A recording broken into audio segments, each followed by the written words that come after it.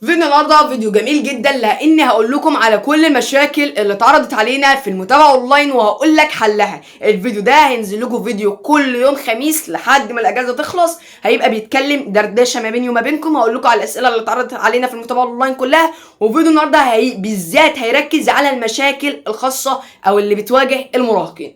المشكله وهي القلق والتوتر.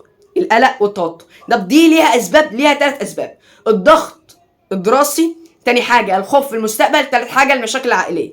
الحلول اللي احنا قلنا لهم: أول حل هو تنظيم الوقت وتحديد أوقات للراحة، وده من خلال كتاب إدارة الوقت. كتاب إدارة الوقت أهم كتاب وأحسن كتاب أنا قريته، رغم إن حجمه كبير لكن الاستفادة هتبقى كبيرة برضه. تمام. نيجي على الحل التاني وهو ممارسة الرياضة والتأمل. إنك تمارس رياضة وإنك تتأمل. تيجي بقى مثلا قبل النوم بنص ساعة ولا بساعة كده، تقعد مع نفسك كده نايم، تبص للسقف وبس، تبقى تفكر وتصفي ذهنك وتنسى العالم وتنسى المشاكل العائلية وتنسى الضغط الدراسي وتنسى المذاكرة وتنسى أي حاجة. نرجع على الحل الثالث وهو الحديث مع شخص موثوق منه.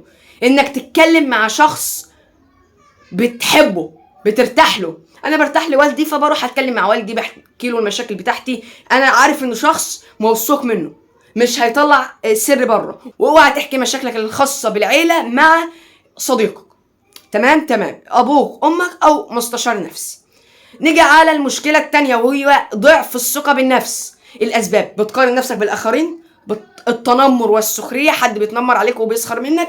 رقم 3 الفشل في الدراسه والعلاقات، العلاقات العاطفيه او الخاصه بالصحاب يعني وكده. هتعدل بقى الحلول. اول حاجه بتركز على نقاط القوه بتاعتك. انا كعلاء بتكلم معاكم وضوح اهوت، كانوا بيتريقوا عليا بوداني، يا بودان يا بودان يا بودان.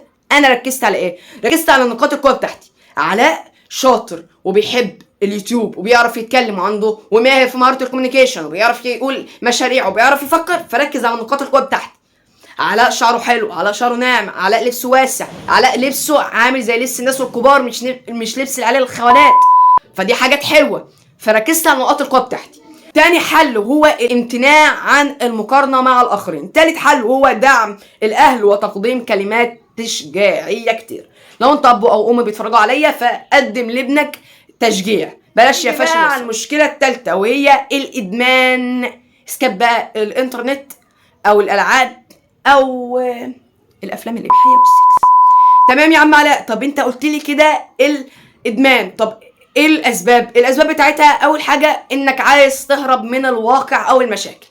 انت كشخص شايف البيت بيولع، خلاص العب دورين فير فاير. البيت بيولع العب دورين بابجي. البيت بيولع اسيب البيت وامشي. البيت بيولع اشرب لي سيجاره. البيت بيولع مش عارف ايه. فكل دي مشاكل او كل دي اسباب مضره او اسباب بتدمرك وانت ما انتش عارف، حاجات بتدمرك وانت ما انتش عارف، فكرها حاجات حلوه. ماشي يا ملا. تاني وهو الشعور بالوحده والملل. انت شخص ملان، تدخل الاوضه تسك على نفسك الباب وتبدا، تدخل الاوضه وتسك على نفسك الباب وتبدا، تدخل الاوضه وتسك على نفسك الباب وتبدا. فالحاجات او الاسباب عندنا كتير جدا.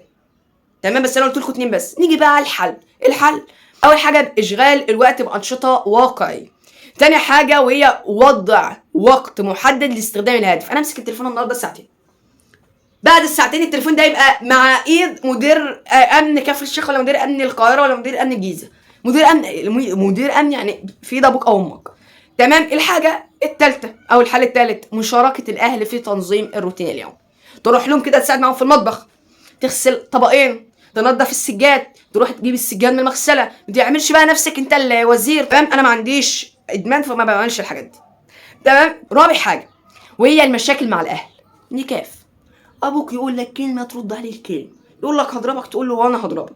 بيبقى في حاجات غريبه بتحصل كده، والله العظيم العيال بيبقى غصب عنهم والاهل مصدومين. الاسباب الفجوه بين الاجيال. ابوك عنده 50 سنه وانت عندك 15 سنه، في سن كبير، فلا انت متفاهم معاه ولا هو متفاهم معاك، فهو بيقول لك حاجه وانت عايز حاجه تانية، فبيحصل مشاكل ويحصل لعبك.